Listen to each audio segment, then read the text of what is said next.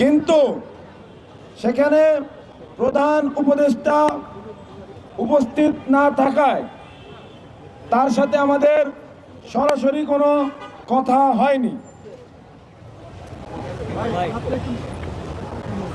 প্রধান উপদেষ্টার পক্ষ থেকে যিনি এসেছিলেন তার কাছ থেকে আশানুরূপ কোনো আশ্বাস আমরা পাইনি। তিনি বলেছেন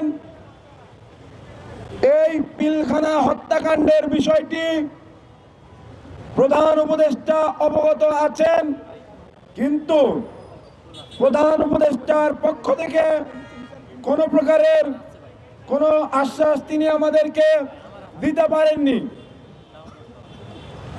ইতপূর্বে আমরা দেখেছি আইন উপদেষ্টা এবং স্বরাষ্ট্র উপদেষ্টা দুইজন এই কমিশন গঠন নিয়ে দুই রকমের বক্তব্য দিচ্ছেন। আমরা বলতে চাই, সরকারের ভেতরে যদি পিলখানা হত্যাকাণ্ড এবং এর ফলে যে বেইনসাফি জুলুম বিডিআর সদস্যদের এবং তাদের পরিবারের সাথে হয়েছে,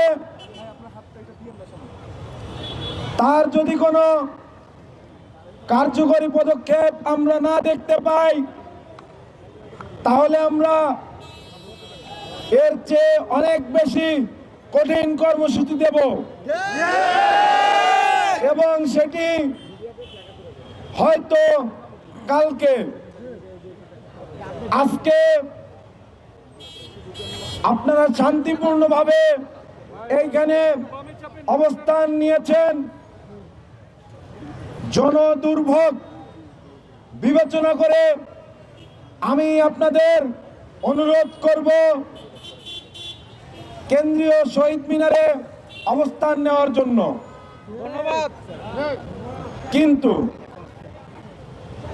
কালকে আপনারা জানেন কোর্টে শুনানি আছে। যদি সেইখানে আমরা ন্যায় বিচারের কোনো ইঙ্গিত না পাই, তবে আমাদের এই অবস্থান কর্মসূচি শুধু এইখানে হবে না,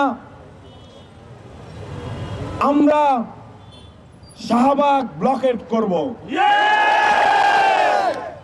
ততক্ষণ পর্যন্ত বিডিআর ক্ষতিগ্রস্ত বিডিআর পরিবারের যে সকল সদস্য আছেন তাদেরকে আমি অনুরোধ করব, দয়া করে কেন্দ্রীয় শহীদ মিনারে গিয়ে আপনারা অবস্থান গ্রহণ করুন, যেহেতু আমাদের সাথে মা বোনেরা আছেন। ধন্যবাদ সকলকে। আচ্ছা, আপনার কাছে একটা প্রশ্ন।